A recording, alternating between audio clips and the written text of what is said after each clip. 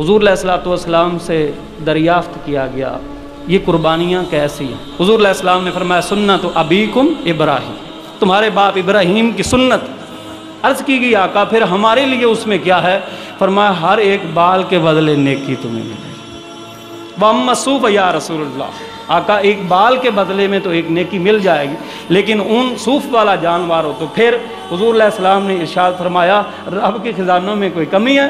फरमाया हर एक सूफ़ के रीशे के बदले भी तुम्हें एक नेकी अल्लाह अता फरमा।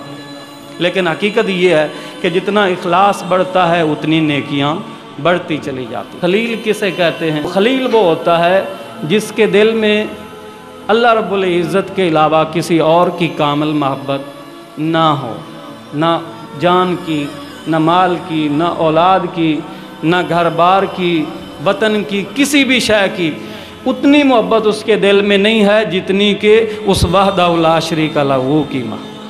और फिर वो अल्लाह रब्बुल इज़्ज़त ने ये दिखाया था, वो छुरी चला रहे और फिर उन्होंने मिना की वादियों में वो अपना वादा पूरा कर दिया जो अल्लाह रब्बुल इज़्ज़त से किया था कि मैं हर शय तेरे नाम पर कुर्बान कर दूँगा, तेरी खातर मैं हर शय दे दूँगा, मैं सब कुछ छोड़ने के लिए तैयार हूँ, लेकिन तेरा हुक्म मैं नहीं टाल सकता। तो ये सारी चीज़ें हमें भी अपने अज़हान क़ुलूब में रखनी चाहिए कि हम सिर्फ़ गोश्त खाने के लिए कुर्बान न कर रहे, हम सिर्फ़ अपनी वाह वाह करवाने के लिए ना कर रहे हों, बल्कि हमारे दिलों में भी वैसे ही जज्बात हों जिस तरह के हज़रत इब्राहीम खलीलुल्लाह अलैहिस्सलाम के दिल अक़दस के अंदर जज्बा था।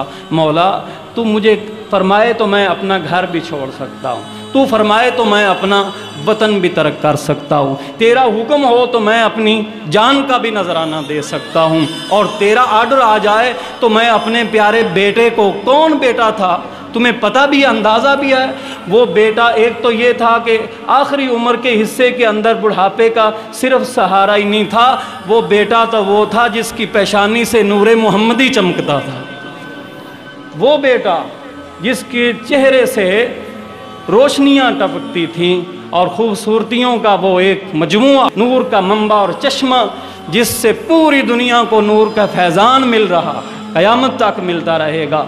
उस बेटे को कुर्बान करने के बारे में आर्डर आ गया। वो अपने बेटे को लेकर चले ना तो शैतान हमला आवर हुआ और आकर इब्राहीम अलैहिस्सलाम को कहने लगा, वो ख्वाब ही तो था और तुम अपने इतने प्यारे बेटे को कुर्बान करने के लिए जा रहे हैं। लेकिन अल्लाह के पैगंबर जानते हैं कि शैतान को कैसे काबू करना है। उन्होंने फरमाया एक मेरा बेटा, अल्लाह का हुक्म हो हज़ारों हो तो मैं हज़ारों पेश कर। वहाँ से जब नाकाम हुआ तो हज़रत ज़बीउल्लाह इस्माईल अलैहिस्सलाम के पास आ और कहता है तुम्हारे अब्बा तुम्हें दावत पर नहीं ले जा रहे, वो तो तुम्हें ज़बह करने के लिए जा रहे। तो आपने ला हौला वला कुव्वत इल्ला बिल्लाह तो फरमाने लगे मेरे जिस्म में एक जान है, हज़ारों भी हों तो रब के नाम पर वो तैयार है।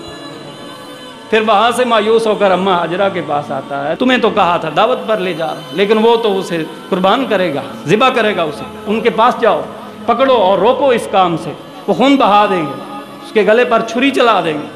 तो अम्मा जी ने भी यही जवाब दिया कि क्या कह रहा है, रब का हुक्म है तो फिर अल्लाह का हुक्म है तो मैं भी तैयार हूँ। ये तो एक इस्माइल था, मेरे पास हज़ारों भी होते तो अल्लाह के नाम पर मैं कुर्बान। वो ऐसा ख़ानदान, खुदा करे कि हमारे दिलों में ये ना हो कि हम रियाकार बने, अपने आप को दिखाना मकसूद ना हो, अपनी नुमाइश ना हो, हम ये चाहें कि हमारा रब राज़ी हो जाए। जैसे अल्लाह के खलील ने अपने रब को राज़ी कर लिया था और फिर उनके बेटे की कुर्बानी उसकी जगह पर जो है जन्नत से मेंढा लाया गया और फिर उसको कुर्बान किया।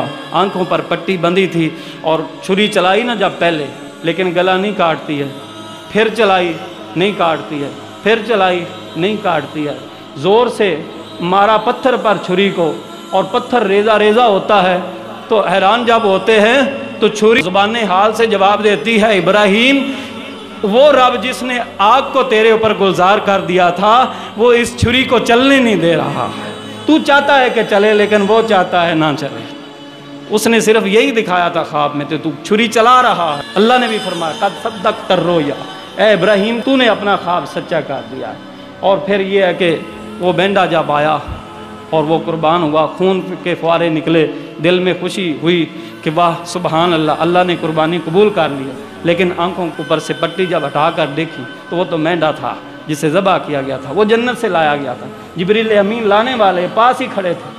तो ये इनाम होता है जो अल्लाह रब्बुल इज़्ज़त के बंदे हैं, उसकी रज़ा के लिए जो हुक्म वो कर गुज़रते हैं, आगे उस खुदा की मर्ज़ी होती है, उसकी अपनी कुदरत है कि उसने हज़रत इस्माईल अलैहिस्सलाम के नाज़ुक गले पर उस छुरी को चलने ना दिया, और उसके बदले में वफ़दैनाहु बिज़िब्हिन अज़ीम, कुरान फरमाता हमने अज़ीम ज़बा की सूरत में एक मेंढा जो है उसके फ़िदिया में दे दिया और उसकी कुर्बानी हो गई। और उस वक़्त से लेकर यह सुन्नत तरीक़ा चलता आ रहा। हुज़ूर अलैहि सलाम मदीना में जितने साल रहे हैं, अपनी उम्र के ज़ाहिरी अय्याम के अंदर हर साल नबी अलैहिस्सलाम कुर्बानी करते रहे।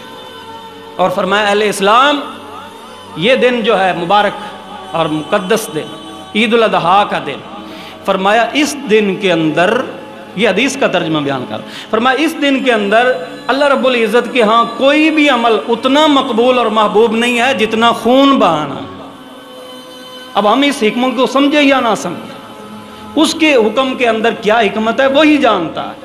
ये गलियां रंगीन हम कर रहे हैं, गोश्त खाने के लिए नहीं कर रहे हैं। ये सारी दुनिया को पैगाम दो।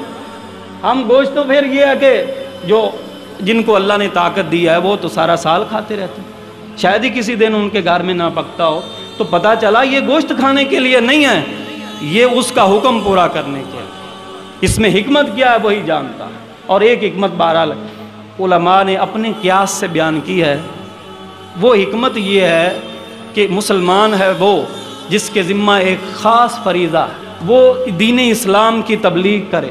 अल्लाह के महबूब सल्लल्लाहु अलैहि वसल्लम का लाया हुआ दीन का पैगाम तुम्हारे ज़िम्मा है। हर एक अपनी ताकत के मुताबिक दीन की जो बात वो जानता है वो आगे मुंतकिल करे। हुज़ूर अलैहि सलाम ने वाज़ेह तौर पर फरमाया, बल्लिग़ू अन्नी वलौ काना आयतन, अगर किसी को एक आयत भी याद है तो वो उसकी तबलीग करे, आगे उसको मुंतकिल करे, पहुँचाए, ये उसका फ़र्ज़ बनता है। अब फिर जब दीन की बात की तबलीग की जाती है तो रुकावट भी होती है, आगे रुकावटें खड़ी होती हैं, लेकिन इस्लाम और दीन और तौहीद और रिसालत के पैगाम के आगे अहले इस्लाम को इस्लामी तरीक़ा के मुताबिक उन रुकावटों को हटाने की इजाज़त है कि वो उन रुकावटों को गिराएं, वो कलमा तौहीद उसका प्रचार करें, ला इलाहा इल्लल्लाह की सदाएं बुलंद करें, लोगों को भी दावत दें। लेकिन अगर कोई उस दावत को कबूल नहीं करता तो वक़्त के हुक्मरानों का ये फरीज़ा बनता है कि वो अपने उस पैगाम को फैलाने के लिए जो भी रुकावट सामने आए उस रुकावट को वो गिरा दें, इंसाफ का कानून जारी करें, अदल कायम करें, नाइंसाफ़ी को दूर करें, मज़लूमों का साथ दें। ये दीन के पैगाम होते हैं। और मैं अर्ज़ कर रहा हूँ कि दीन के पैगाम के आगे कभी रुकावट भी होती है और उस रुकावट को दूर भी किया जाता है, और उसके दूर करने का जो तरीका है वो जिहाद है। हुज़ूर अलैहि सलाम ने फरमाया अल जिहाद माज़िन यौमल क़ियामा, जिहाद जो है वो क़यामत तक जारी रहेगा। अब खून बहाने का जो फ़लसफ़ा है उसमें जो हिकमत है वो हम समझ सकते हैं कि हम गोश्त खाने के लिए खून नहीं बहाते, ये अलग बात है कि ये उम्मत मुहम्मदिया अलैहिस्सलातु वस्सलाम का खासा है कि कुर्बानियाँ भी देते हैं, आपस में ही एक दूसरे में रख लेते हैं और अल्लाह कुर्बानियों को कबूल भी फरमा ले। ये तो खासा है ना इस उम्मत का। अच्छा, अब उस चीज़ की तरफ आओ कि हिकमत क्या हो सकती है खून बहाने में।